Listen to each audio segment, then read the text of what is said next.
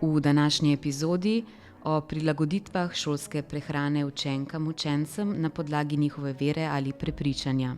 Je recimo na jedilniku zapisano, da je v ponedeljek za kosilo lazanja, v torek je musaka, v sredo je dunajski zrezek in v četrtek je makaronovo meso. Dejansko ne vedo, kaj bodo otroci naslednji teden jedli. Včasih se da samo z ločevanjem sestavin, se naredi neko zelenjavo z malo stročnic pa krompir, pa se potem meso ločeno naredi, ne, da je vse skupaj ena jed. Že s tem bi se veliko dal, pa se to večinoma v praksi ne dela. No.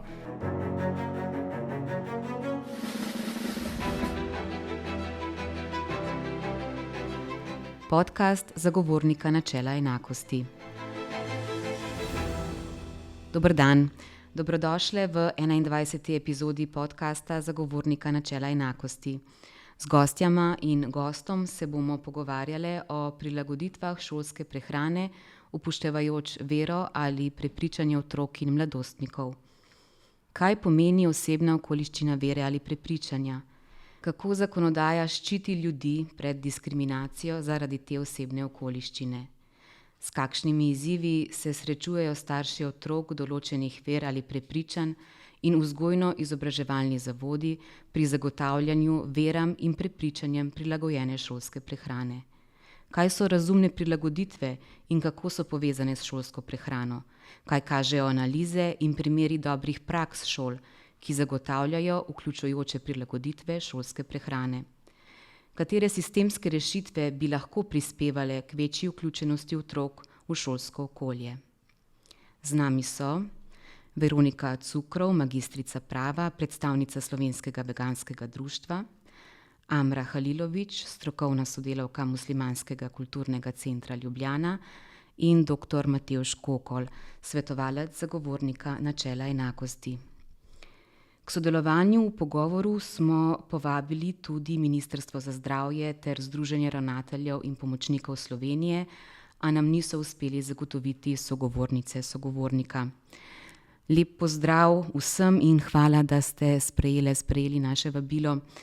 Preden začnemo s pogovorom, nekaj uvodnih informacij. Zagovornik načela enakosti je osrednji samostojni državni organ za varstvo pred diskriminacijo, tako v javnem kot zasebnem sektorju. Svetuje žrtvam diskriminacije. Kadar je to potrebno, diskriminacijo ugotavlja v predpisih ali v konkretnih dejanjih. Deluje tudi preventivno, zato ozavešča in izobražuje ter izdaja priporočila. Namen priporočil je odprava ali preprečevanje diskriminacije in spodbujanje enakih možnosti. Varstvo pred diskriminacijo je po ustavi in zakonih zagotovljeno ljudem tudi na podlagi njihove vere ali prepričanja. Zagovornik načela enakosti je pred dnevi Ministrstvu za vzgojo in izobraževanje podal 6 priporočil o prilagoditvah prehrane v vzgoji in izobraževanju ob upoštevanju vere ali prepričanj otrok in mladih. To je izhodišče za današnji pogovor. Zato bom začela z vami, dr. Matevž Kokol. Kaj je zagovornik priporočil Ministrstvu za vzgojo in izobraževanje ter zakaj? Oziroma konkretneje, zakaj je pomembno, da šole omogočajo prilagoditve šolske prehrane, ne le zaradi medicinsko predpisanih diet, ampak tudi zaradi vere ali prepričanja? Ja, lep pozdrav.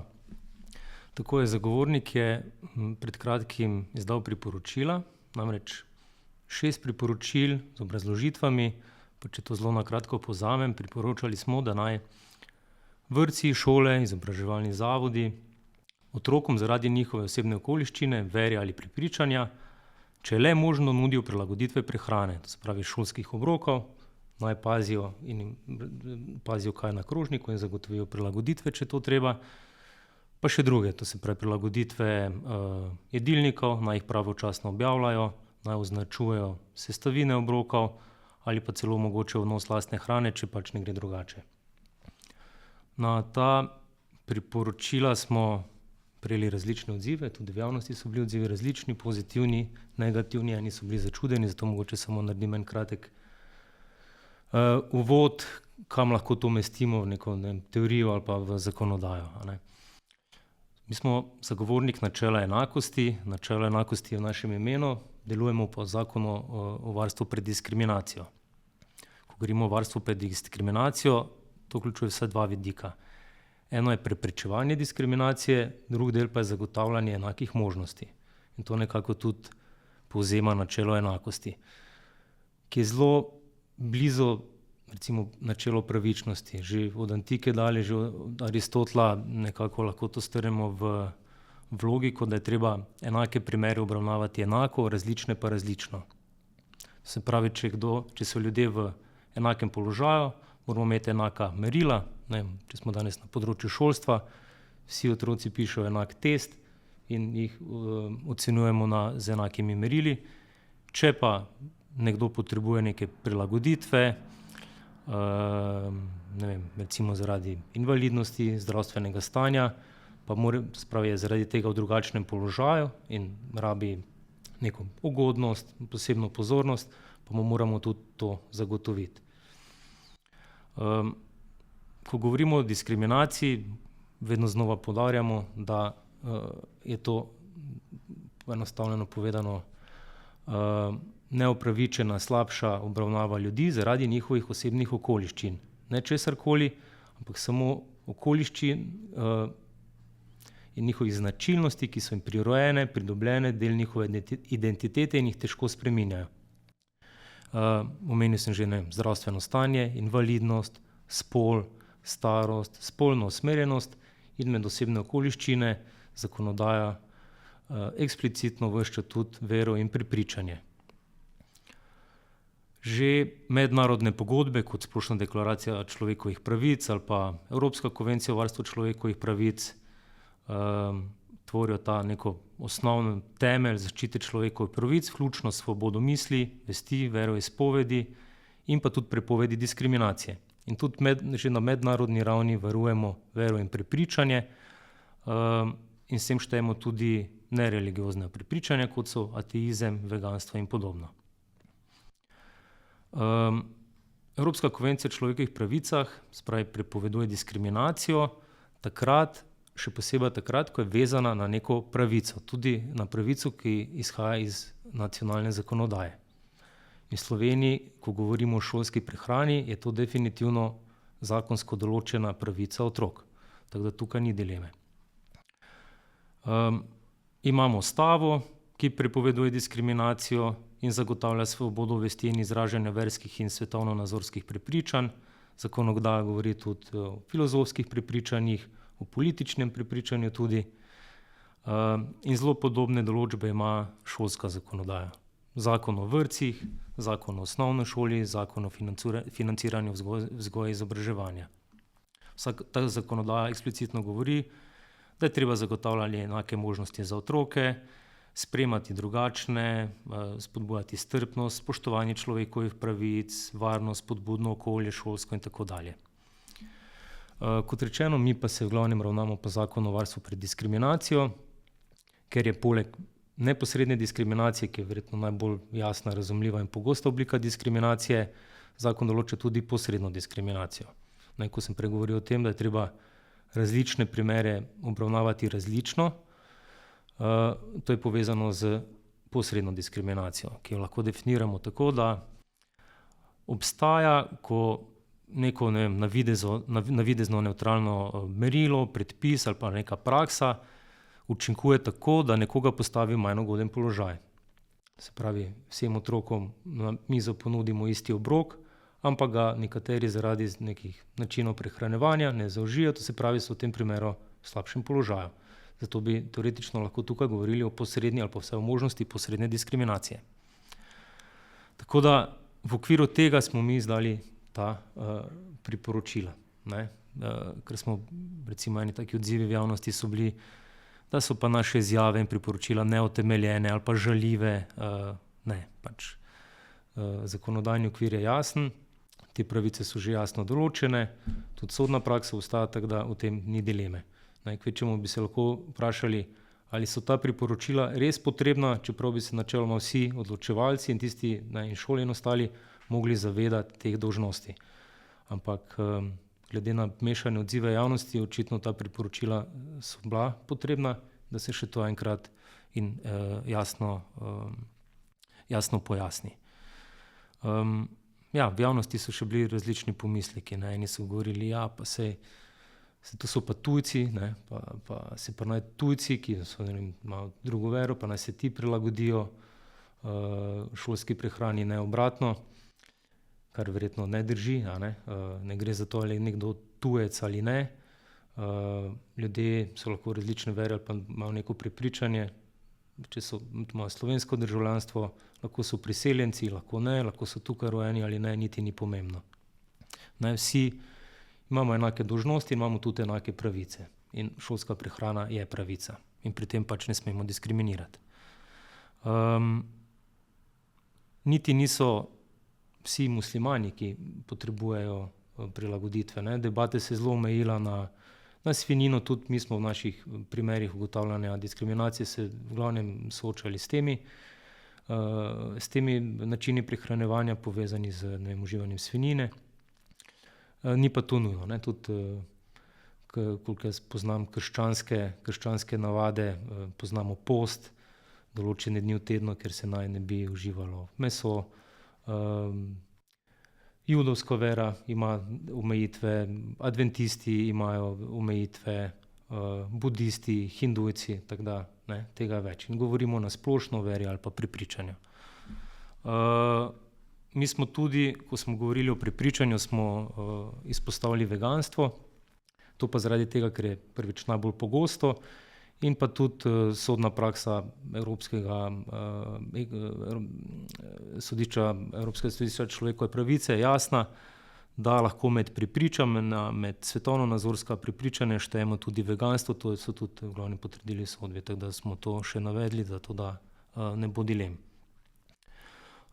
Tako da ja, če strnem, ne zagovarjamo, da se treba prilagoditi vsaki individualni želji posameznika, ne, govorimo samo o načinih prehranjevanja, ki so povezani z osebnimi okoliščinami, ki so povezani z vero ali z samo določenimi prepričanji, ki so varovana. In ko govorimo o teh priporočilih, govorimo tudi o tem, da gre za prilagoditve oziroma razumne prilagoditve. Kaj to pomeni razumna prilagoditev? Ja, ne govorimo kar o enih prilagoditvah, uporabljamo termin razumne prilagoditve, ki je poseben pravni institut, sicer izhaja iz zakonodaje na področju invalidnosti. Razumne pa se imenujejo zato, ker moramo vedno tehtati pri zmožnost tistega, ki mora zagotavljati prilagoditev, in pa pravico posameznika, ki mu ta prilagoditev pripada, ne. In to je potem ta sorazmernost, razumnost. Ne more nekdo zahtevati nekaj, kar je nemogoče izvesti, kar je, ne, kar presega zmožnosti tistega, ki bi moral to zagotoviti. Torej mora biti razumen, in če so te prilagoditve razumne, potem je dolžnost, da se temu prilagodijo, v tem primeru šole. Ko govorimo o razumnih prilagoditvah, se uporablja en termin vedno sorazmernost oziroma nesorazmerno breme. Ne sme povzročati nesorazmernega bremena za tistega, ki bi mogel to zagotoviti. Tako da to vedno upoštevamo, vedno tehtamo. Ne, niso te zahteve absolutne, ampak se do tega še najbolj pridemo. Vsekakor bomo v nadaljevanju tudi to na konkretnih primerih in pa predlogih za izboljšave poskušali dodatno pojasniti. Nadaljujem pa z vami, gospa Amra Halilović, in sicer pri tem orisovanju trenutnega stanja. Dr. Kokol je zelo natančno opisal to, recimo temu pravno pot stat današnjega pogovora. Vi pa ste strokovna sodelavka Muslimanskega kulturnega centra Ljubljana in že dlje časa opozarjate na težave pri zagotavljanju prilagojenih obrokov v sklopu šolske prehrane otrokom islamske veroizpovedi. Kaj glede prehrane zapoveduje islamska vera za začetek? Lep pozdrav tudi z moje strani, hvala za povabilo k sodelovanju. Ja, mislim, tu je odgovor precej enostaven, torej muslimani naj ne bi uživali svinjine oziroma svinjskega mesa, poleg recimo še ene stvari, ki je vsem kar precej znana, recimo pitje alkohola. Tako da to smo lahko kar dost kratki, a ne? Svinjina je ta, ki je, bom rekla, sporna v tem primeru. In v tem primeru ne gre za prehransko preferenco, ampak gre za neko versko zapoved. Ja, tako kot je že gospod dr. Kokol povedal, a ne? Tu gre za neko, bom rekla, osebno okoliščino, a ne? Otroci oziroma muslimani nasploh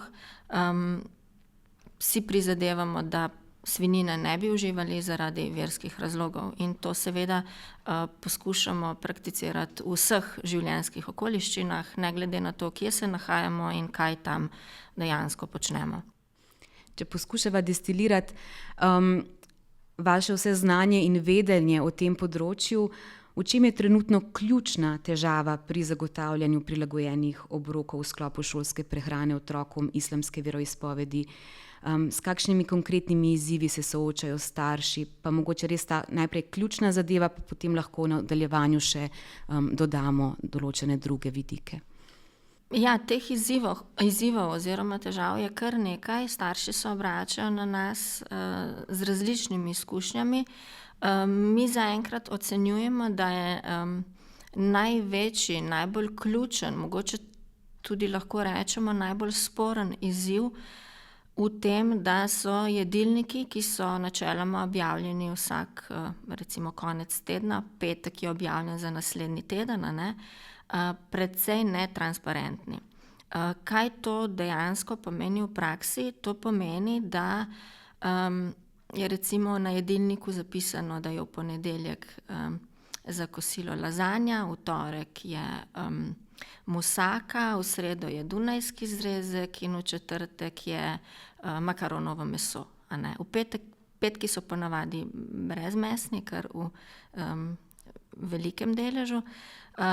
In kaj se potem zgodi? A ne? Od ponedeljka do četrtka starši, ki v petek gledajo jedilnik, zato pač, da se lahko organizirajo za naslednji teden, dejansko ne vedo, kaj bodo otroci naslednji teden jedli. In se potem v teh primerih poslužujejo različnih, bom rekla, taktik in metod. Nekateri sklenejo kontaktirati šolo, vodjo prehrane, stopiti z njimi v stik, povprašati, kakšna bo ta lazanja, ne, v ponedeljek. Kar je v bistvu nedosledno oziroma se ne sklada s tem, kar je v bistvu najmočnejši argument odločevalcev, zakaj se svinjina oziroma zakaj se prehrana za otroke, ki svinjine iz verskih razlogov ne jedo, ne more vzpostaviti. Eden od teh razlogov je namreč pomanjkanje časa, kadra in tako naprej. In kaj se potem v teh primerih zgodi? Zgodi se to, da starši kličejo na šolo in vodje prehrane, bom rekla med navednicami, obremenjujejo s tem vprašanjem in se vodje prehrane dejansko morajo potem ukvarjati z odgovarjanjem na tovrstna vprašanja. Nekateri starši se zatekajo k takšnim rešitvam, drugi starši otrokom pripravljajo kosila in jih potem otrok nosi s sabo v šolo, kar seveda to kosilo je neprimerljivo s tistim kosilom, ki ga dobijo otroci v šoli, že samo potem, ali je enakovredno ali ne. Tu socialnega vidika sploh ne bom vzela v obzir, ki pa je izjemno pomemben. Ne bom ga vzela v obzir, zato ker bi šli predaleč, a ne, potem v tem primeru. Torej, to je druga rešitev, da otroci nosijo kosilo domov, v šole, so pa določene šole, ki zaradi otrok z hudimi alergijami prinašanje hrane v šolo od doma odsvetujejo, kar je seveda razumljivo, ker to je nevarno. In kaj se potem zgodi v tem primeru? V tem primeru se potem zgodi, da otroci 3, 4, 2 dni na teden v bistvu jedo kos kruha in jabolko ali hruško ali banano. Če se to zgodi enkrat na vsake toliko, je v redu, je sprejemljivo, ko pa to postane redno, 4-krat na teden, vsak teden, so dejansko otroci dobesedno lačni. In raziskave kažejo, da lačni otroci ne morejo slediti pouku, kar pomeni, da to potegne za sabo še drugo posledico, torej slabši rezultati, slabši učni uspeh za otroke, ki so že tako, bom rekla, zaznamovani na tem področju, ne. Druga težava, ki jo moram tu omeniti, upam, da nisem predolga, ampak je izjemno pomembna, in se starši kar precej obračajo na nas, so pa šole v naravi. Kaj se takrat zgodi? Mi smo lani imeli na javnem posvetu, smo gostili sicer nekdanjega direktorja Centra za šolske in obšolske dejavnosti, ki je na tem posvetu javno povedal in v bistvu zagotovil rešitev, da je ta povezava med šolo in enoto CŠOD-ja, torej Centra za šolske in obšolske dejavnosti, da v bistvu sta ti dve ustanovi tisti, ki se bosta glede tega dogovorili, in da je otrokom treba omogočiti primerno prehrano za bivanje, torej teh 5 dni, kar se nahajajo v enoti CŠOD-ja. To je bilo lani povedano. Kaj se je pa potem zgodilo? Nastala je neka luknja, neka vrzel, kajti splošni pogoji CŠOD-ja se pa niso spremenili. V njih pa še vedno piše, da je za prehranske posebnosti treba dostaviti zdravniško potrdilo. In šole, ko prejmejo recimo vpisni list, prijavnico, strani staršev, ki so prijavili svojega otroka na šolo v naravi in so tam zapisali, da otrok ne uživa svinjine, se šola obrne na starše in jih prosi, da zagotovijo zdravniško opravičilo. Kar je seveda nemogoče, ker ti otroci niso alergični na svinjino, ne? Svinjine ne uživajo iz drugih razlogov. In potem se tu zatakne. Šole niso bile obveščene o tem, da je v bistvu njihova naloga, da z vodjo enote CŠOD-ja to skoordinirajo naprej in to uredijo. In ravno pred kratkim smo imeli, zdaj obdobje, ko se šole odpravljajo v šole v naravi, in ravno pred kratkim so se starši ene od ljubljanskih osnovnih šol obrnili na nas po pomoč, ker je šola zahtevala v bistvu zdravniško potrdilo in se sklicevala na splošne pogoje, kar je seveda logično in ima logično posledico. Mi smo pa imeli to informacijo od direktorja CŠOD-ja, ne? In smo potem stopili ponovno v stik z zdaj novim direktorjem CŠOD-ja, ki se je, moram reči, takoj odzval, kontaktiral vodjo enote CŠOD-ja in z njim skomuniciral to, da otrokom, ki bodo pač v tistem terminu prišli na to enoto, zagotovijo primerno prehrano. In potem so starši dobili tudi odgovor strani šole, da je za otroke v bistvu glede prehrane poskrbljeno. Zakaj to problematiziramo? Torej, gre za šolo v naravi, ki dobesedno pomeni šola v naravi, a ne? To ni zabava. In če se otrok enkrat ne udeleži zabave, nič hudega, se bo pa drug teden, a ne? Torej, to ni res. To je šola v naravi in tu se otroci naučijo veliko stvari in se jih učijo na drugačen način, kot to počnejo v šolski učilnici. In je zato izjemno pomembno, da se otroci te šole v naravi udeležijo, kajti imamo primere, ko se starši enostavno so prisiljeni odločiti, da otroka v šolo v naravi ne pošljajo, zato ker ne vedo, kaj bodo otroci tam jedli. A veste, šola v naravi traja 5 dni. Otrok v torek ne pride domov in mu mi s poznim kosilom ali večerjo nadomestimo to kosilo, ki ga on ni pojedel, ne? Lahko se zgodi, da je otrok brez primernega kosila 2 dni, 3, 4, ne vemo. Težava je v tem, ker starši ne vedo. In ravno zato si prizadevamo, da bi v bistvu se otroci udeleževali tovrstnih programov, že samo zaradi znanja, izkušenj, in ponovno moramo omeniti socialni vidik. Gospa Cukrov, Veronika Cukrov, Vidim, da ste velikokrat prikimavali, ko ste poslušali gospo Halilović, ampak za začetek nekaj, kar je omenil že dr. Kokol, je veganstvo prepričanje in zato z ustavo in zakoni varovana osebna okoliščina, ali je prehranska preferenca nekaj, kar človek lahko relativno zlahka spremeni ali celo opusti? Hvala za vprašanje.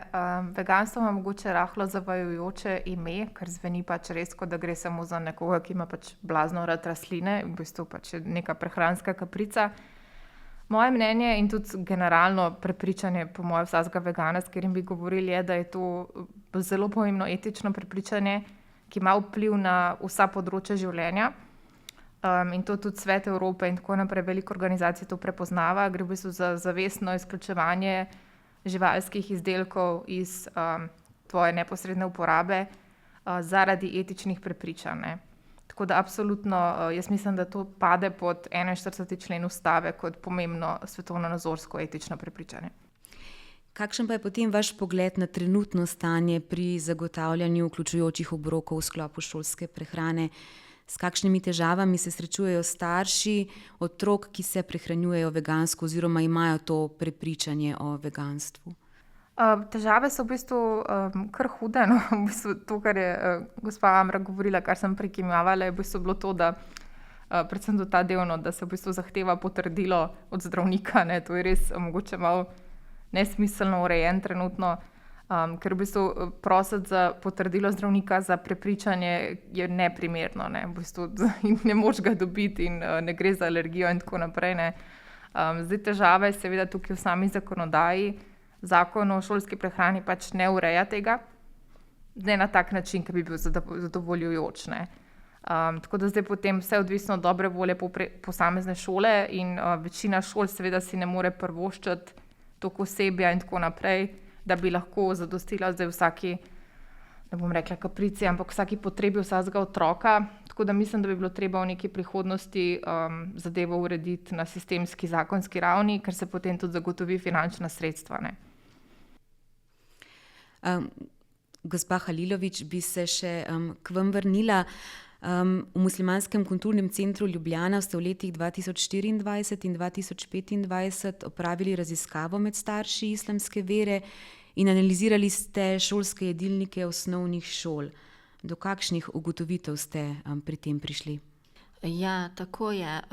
Leta 2024 smo opravili prvo analizo jedilnikov, več kot 400 jedilnikov smo pregledali, torej več kot 400 osnovnih šol v Sloveniji. Jedilniki so dostopni na spletnih straneh osnovnih šol, tako da jih lahko dejansko vsak pogleda. Prav tako tudi v letu 2025, torej več kot 400 jedilnikov smo pregledali in analizirali. Hkrati pa, ja, tako kot ste tudi povedali, smo opravili tudi v bistvu smo poslali staršem anketni vprašalnik, ki ga je leta 2024 izpolnilo 1840 staršev, leta 2025 pa 623 staršev. Ugotovili smo v bistvu to, da, kot sem že na začetku povedala, jedilniki niso jasno označeni. Moram tu sicer povedati, da je bilo leta 2024, torej od več kot 400 šol, je imelo oznako za svinjino, torej da gre za svinjsko meso, sta imeli 2 šoli. Leta 2024, ko smo začeli z v bistvu, da rečem, drezanjem tega vprašanja, je Združenje ravnateljev in podravnateljev poslalo okrožnice na osnovne šole, češ da bi v bistvu vodje prehrane oziroma tisti, ki oblikuje jedilnik, jasno označeval vrsto mesa na jedilniku. Torej iz leta 2024, ko sta bila 2 jedilnika tako označena, smo leta 2025 se povzpeli na število 8. Torej od več kot 400 šol, 8 šol jasno označuje, torej ali gre za svinjsko meso ali goveje, piščančje in tako naprej. Prav tako smo ugotovili v bistvu, da so ribe oziroma brezmesni jedilniki v bistvu stalna izbira ob petkih. kar velik delež šol ima tovrstne jedilnike ob petkih. V zadnji analizi opažamo tudi povečano število brezmesnih obrokov, kar je pozitiven premik k temu nekemu zdravstvenemu izboljšanju in mi to seveda pozdravljamo. Skrbi pa nas dejstvo, da se iz leta 2024 v leto 2025 ni, lahko rečemo, dejansko nič spremenilo, kar se tiče deleža svinjine pri kosilih za osnovne šole. Ugotavljamo namreč, da je v več kot 50% šol svinjina prisotna od 2-krat do 3-krat tedensko, torej na tedenski ravni. In tu se potem v bistvu moramo dotakniti smernic zdravega prehranjevanja, ki jih je izdal Nacionalni inštitut za javno zdravje, torej strokovnjaki, ki so se posvetili temu vprašanju, in v teh smernicah je jasno zapisano, da je rdeče meso, torej govedina in svinjina, priporočeno na mesečni ravni, da bi otroci to uživali 4-krat. Torej, če je govedina in svinjina, če izračunamo, bi svinjina bila na jedilniku 2-krat mesečno. Po naših ugotovitvah pa več kot pol šol v Sloveniji v bistvu to kvoto, če rečem tako, če se tako izrazim, v bistvu izpolni že v enem tednu. In to je v bistvu to, kar je zaskrbljujoče, in to je v bistvu to, za kar si mi tudi prizadevamo. Torej, ne govorimo tu samo o otrocih, ki ne uživajo svinjine iz verskih razlogov, ampak o vseh otrocih, kajti smernice so zapisane za vse otroke, ne samo za muslimane. In kot sem že povedala, zapisali so jih strokovnjaki, ki vedo, kaj otrokom škodi in kaj v bistvu je priporočljivo za uživanje. Prav tako smo v 2025 v bistvu ugotovili, da se praksa iz 2024 kar nadaljuje s temi brezmesnimi petki in pa tudi z upoštevanjem postnih menijev, denimo na pepelnično sredo, ko je 92% šol v Sloveniji imelo brezmesni jedilnik, in na velikonočni oziroma na veliki petek, ko je 97% šol v Sloveniji, osnovnih šol, imelo na jedilniku brezmesno kosilo. Tu moram tudi omeniti, da je na veliki petek 14 osnovnih šol v Sloveniji imelo celo pouka prost dan.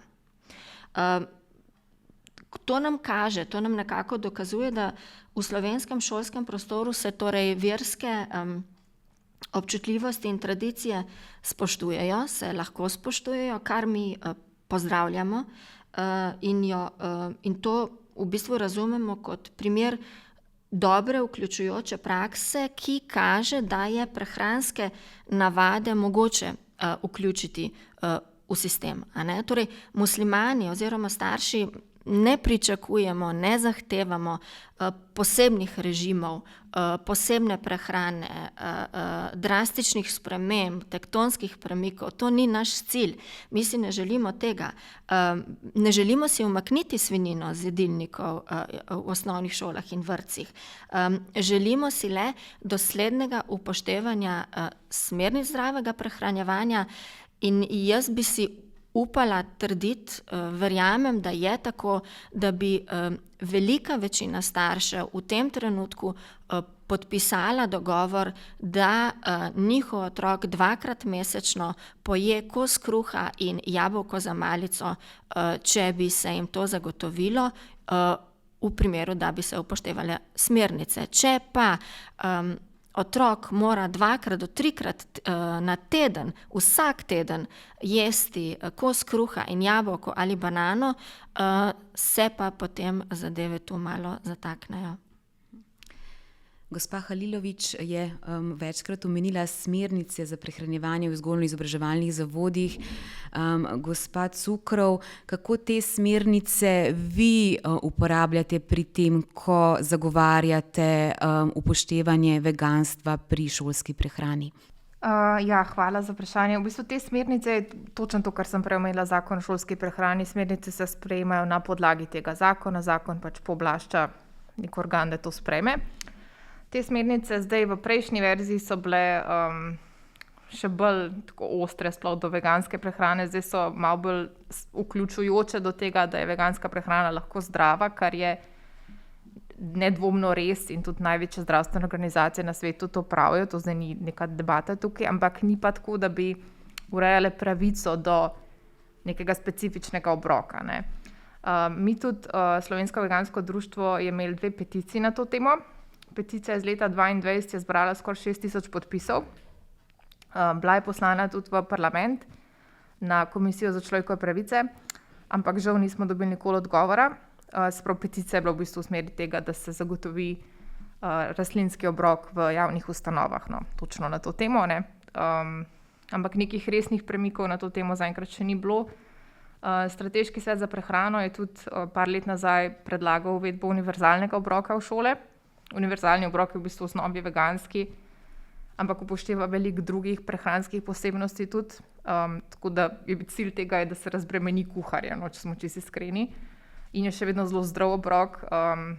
Vegansko društvo je tudi izdalo zeleni priročnik na to temo, ki ima več kot 100 receptov, ki bi lahko bili v nekem takem priročnik za kuharje in organizatorje šolske prehrane na to temo.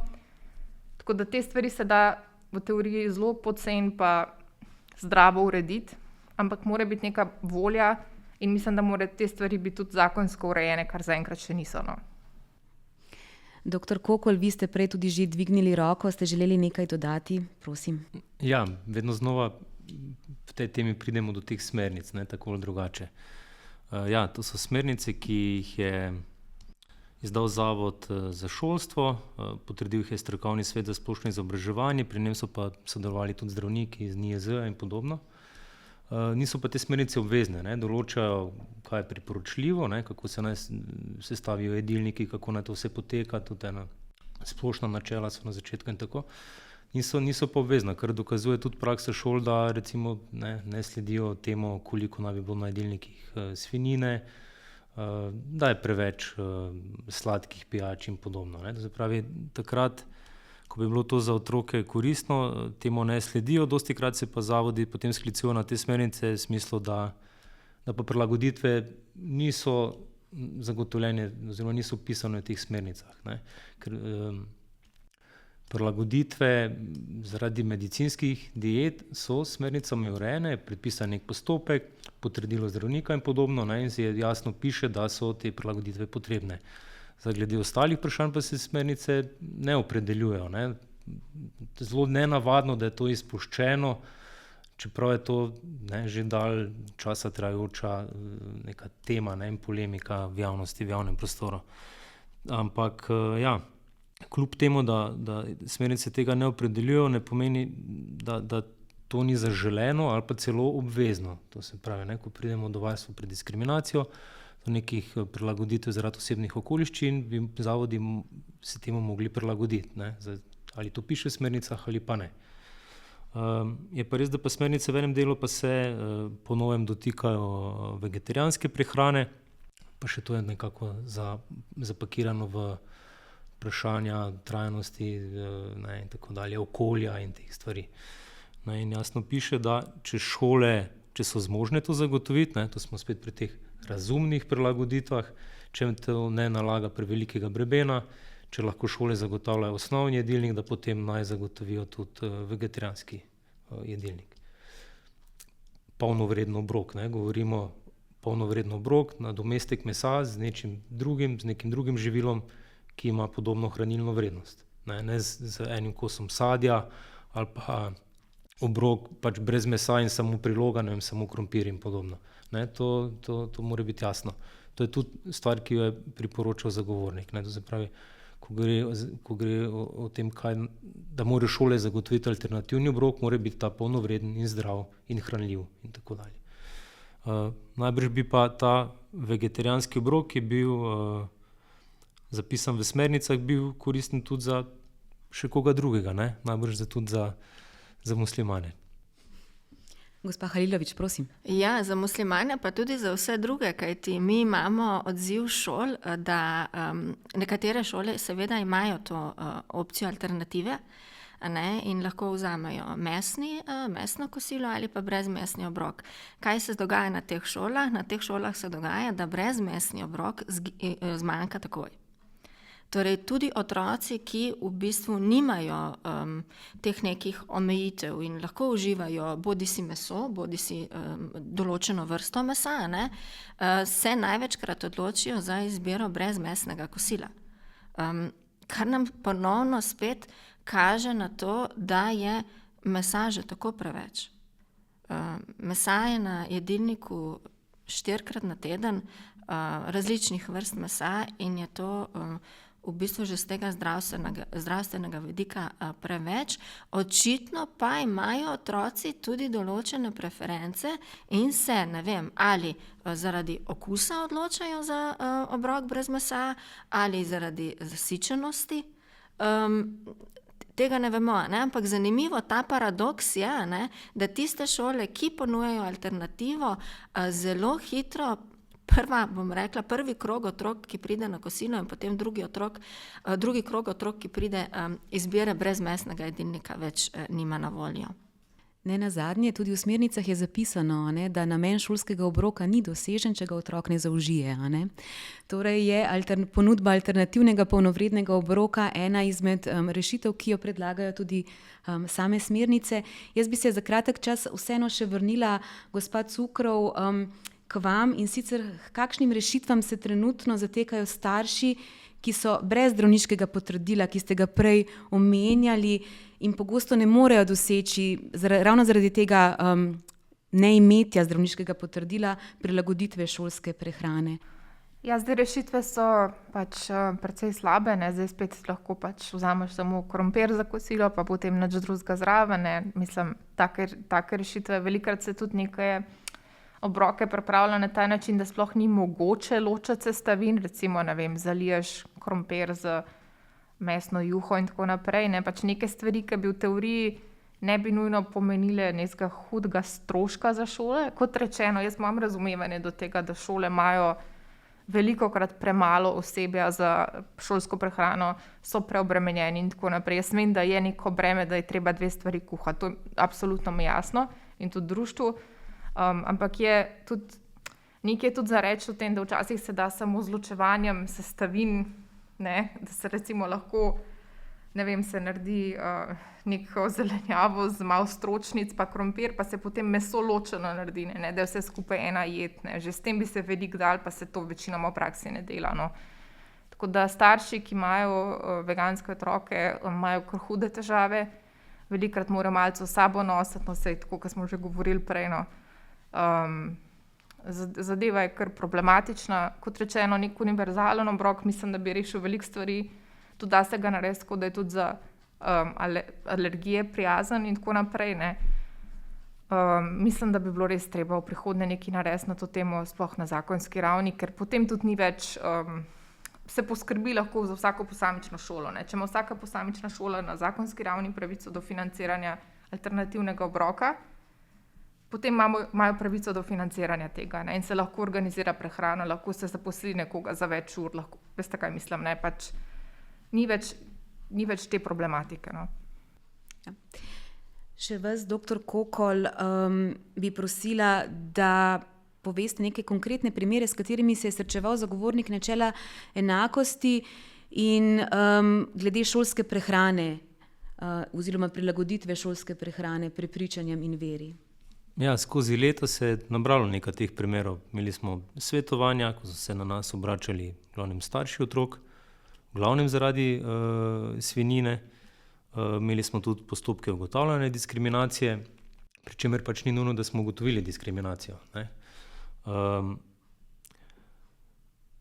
Ugotavljali smo vedno, ali so neke prehranske prilagoditve v nekem konkretnem primeru možne, ali so ustrezne, oziroma ne predstavljajo nekih nesorazmernih stroškov ali pa bremen. Tako da vedno smo šli v poizvedbe, vedno smo se prepričali, vedno smo vprašali šolo, ali je to možno ali ne, kaj je možno, zakaj ja, zakaj ne.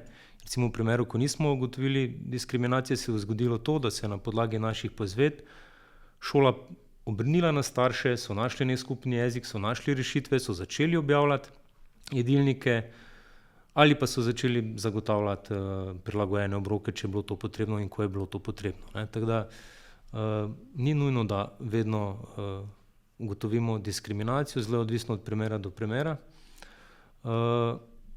Je pa tudi možno seveda, da neka šola, zavod ne želi zagotoviti prehrane, pa bi to bilo izvedljivo, to ne bi predstavljalo nesorazmernega bremena, v tem primeru pa lahko ugotovimo posredno diskriminacijo. Imeli smo že tudi primere prilagoditev oziroma prijav zaradi neprilagoditev zaradi vegetarijanstva, veganstva. Eni postopki še tečejo, pri vegetarijanstvu so se malo lovili s tem, ali to predstavlja osebno okoliščino ali ne, ker za veganstvo že imamo neko sodno prakso tujo, mednarodno, v Sloveniji tudi še tega ni, še nismo čisto razčistili.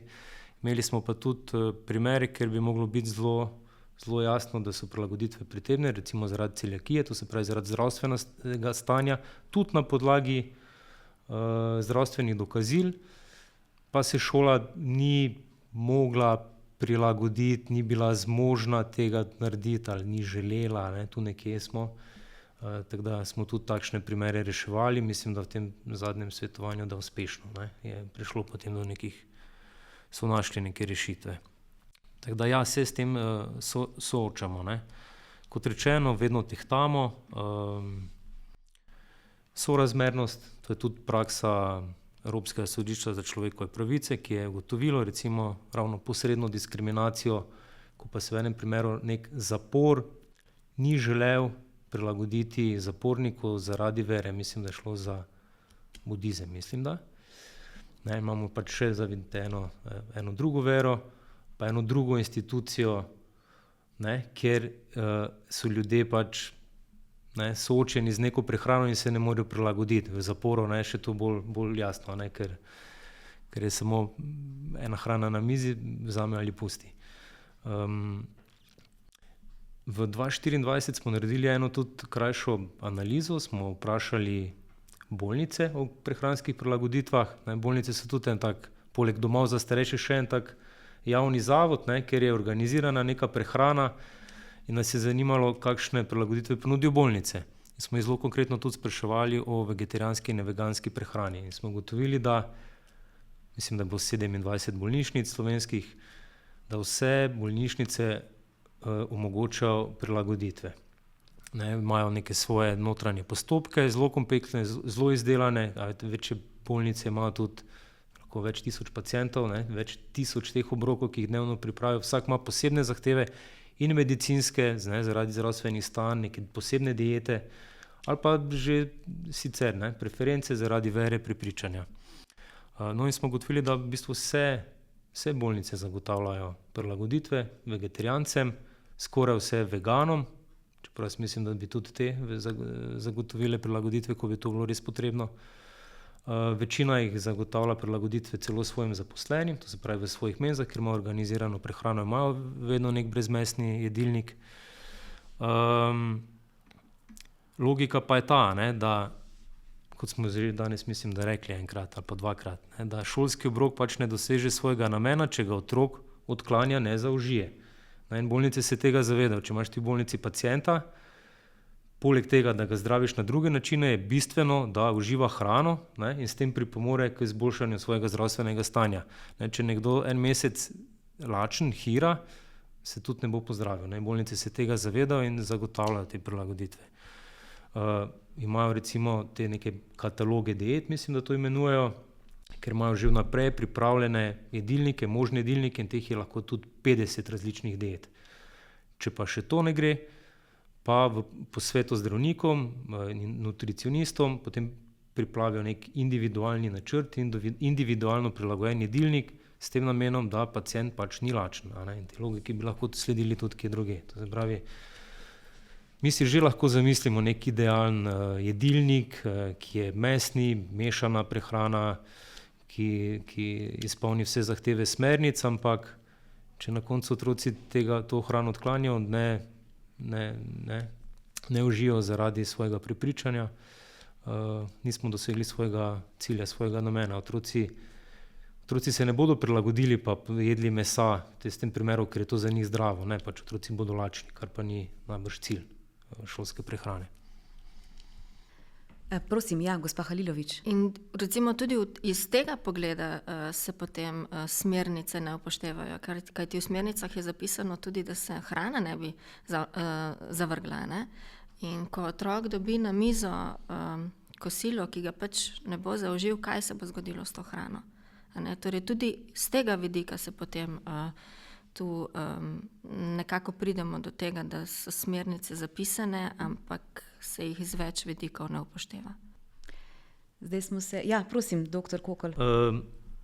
Zdaj, da ne bomo preveč črnogledi, zdaj ne opozarjamo na vse napake, na vse težave, ampak kakšna analiza pa tudi kaže, da se dosti šol pa že prilagaja, vsaj na nek način. Imamo neko analizo, ki je naredil NIJZ, mislim, z leta 2024, glede spoštovanja teh smernic in navodil, in kaže, da nekje malo manj kot polovica vrtcev, pa malo več kot polovica osnovnih šol že ponuja neke prilagoditve. Najbolj pogosto so to ravno vegetarijanska prehrana, prehrana brez svinjine, v srednjih šolah pa najbolj pogosto vegetarijanska, tudi veganska brezglutenska prehrana. In 2/3 srednjih šol pa ponuja te prilagoditve. To se pravi, više, ko gremo po ravnih izobraževanja, bolj pogoste so te prilagoditve. Še ena stvar treba omeniti, šole, kot rečeno, morajo spoštovati medicinske diete, to se pravi prilagoditve zaradi zdravstvenih razlogov. In to v glavnem tudi počnejo. 98% šol se sooča s temi dietami, in že to zagotavlja. In tem načinom prehranjevanja se v resnici dosti težje prilagoditi. Pač gre za neke hude alergije, na oreščke, pa ne sme hrana niti v stik priti s tem, ali pa hude oblike celiakije, ker mora biti prav ločena priprava hrane, ne sme še hrana mešati in mora biti tudi kuharji posebej sposobljeni, da lahko to izvedejo. In to izvajajo, šole to izvajajo. Prej sem zasledil nekaj informacijo od Centra Janeza Levca v Ljubljani, pravi, da imajo dnevno 700 obrokov in 9 različnih režimov, rečejo temu. 9 različnih jedilnikov pripravljajo vsak dan. Med njimi je tudi vegetarijanski. In še ostalo. Tako da če šole zmorejo pripravljati hrano za otroke, ki potrebujejo prilagoditve zaradi zdravstvenih razlogov, bi pa morda lahko poskusili prilagoditi se tudi kje druge, ko gre za zamenjavo enega dela kosila enkrat na teden, recimo, ali pa ne v tem smislu. Pa še nekaj, jaz sem želel, ko smo bolnice spraševali o teh prilagoditvah, smo spraševali tudi o ovirah, o težavah, s katerimi se soočajo. In na te ovire, težave opozarjajo tudi šole. Že danes smo že vsi omenili to, ker danes pač ni z nami predstavnikov šol, združenja ravnateljev, ki smo ga povabili, pa nažalost niso mogli priti zaradi dopustov in odsotnosti. Verjetno bi oni isto potrdili. Šole imajo velike težave zagotavljati te prilagoditve, objektivne ovire in težave. Največkrat navajajo same kuhinje, opremljenost kuhinj niso prilagojene za, pravijo, mi nismo restauracije, mi ne moramo pa toliko različnih jedilnikov sestaviti, mi lahko samo eno skuhamo, kar je v številnih primerih najbrž res. Drugo omenjajo financiranje, pravijo, da prilagojeni obroki šol ostanejo približno vsaj 50% več kot običajen obrok. Ker treba dodatna nabava živil, dražja živila in podobno. V enih primerih, recimo veganstva, najbrž to drži. Ne drži. Ne drži, Ne, absolutno ne. Mislim, ta zeleni priročnik, ki ga je vegansko društvo pripravilo prav za organizatorje prehrane, je v bistvu na koncu primerjava cen in vsega in je dejansko cenejša kot mesna prehrana. Tako da ne, mislim, absolutno ne drži to. Jer razumem, da če ti kupaš 5 blokov tofuja za 5 veganskih otrok, ki so v šoli, pa kupaš zdravo, 50 kg mesa za druge, da je lahko neka ta economies of scale razlika, ampak načeloma ta živila so večinoma cenejša. No. Sploh, če se pač lotiš tega na prav način, no. Ni nujno, da je to dražje. No. Ja, pa kot vsi opažamo, že tudi v restauracijah po trgovinah vedno bolj dostopna in pogosta. Svinjsko meso pa najbrž tudi ni toliko cenejše od drugega mesa, da se ne bi mogli prilagoditi.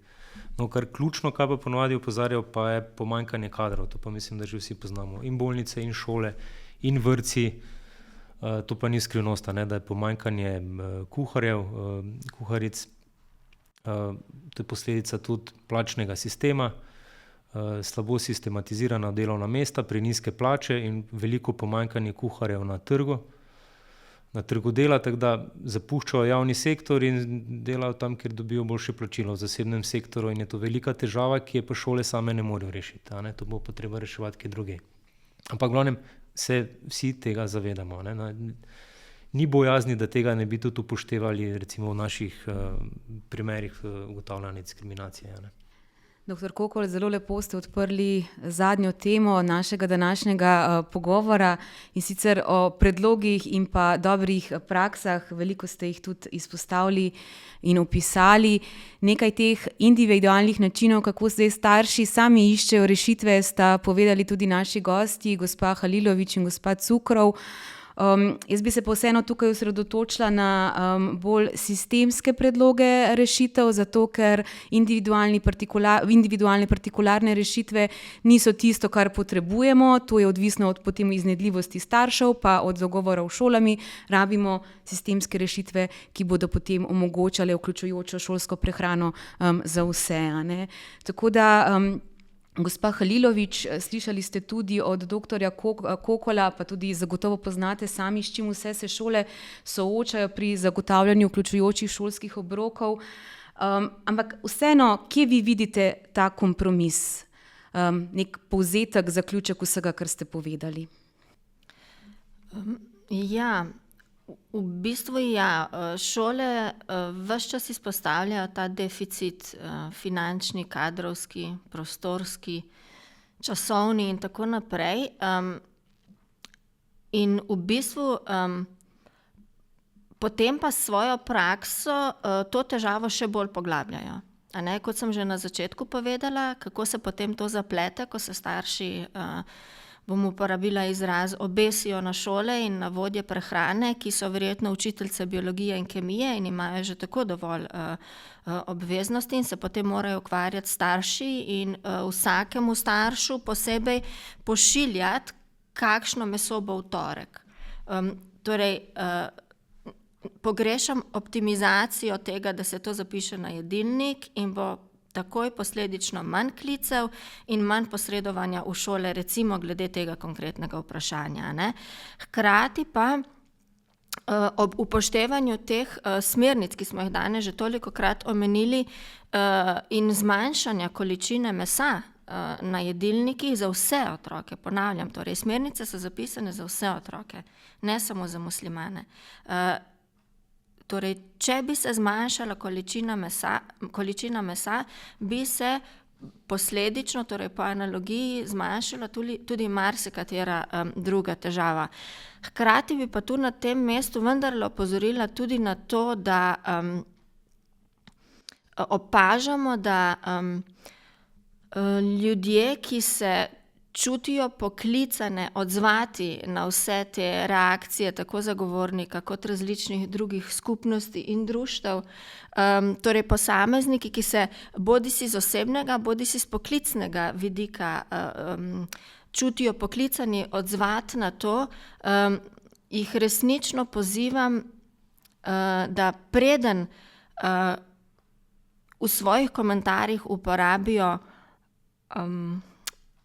ne vem, kako naj lepo to povem, preden v svojih komentarjih uporabijo neprijetne, neprijazne, tudi nestrpne besede, naj se poglobijo v dejansko tematiko, torej imamo ljudi, ki so odločevalci, ljudi, ki so ravnatelji, nekdanji ravnatelji, zaposleni na ministrstvu, ti ljudje bi morali se poglobiti v tematiko, zato da vsi skupaj pridemo potem do rešitve, da bo otrokom bolje, a ne?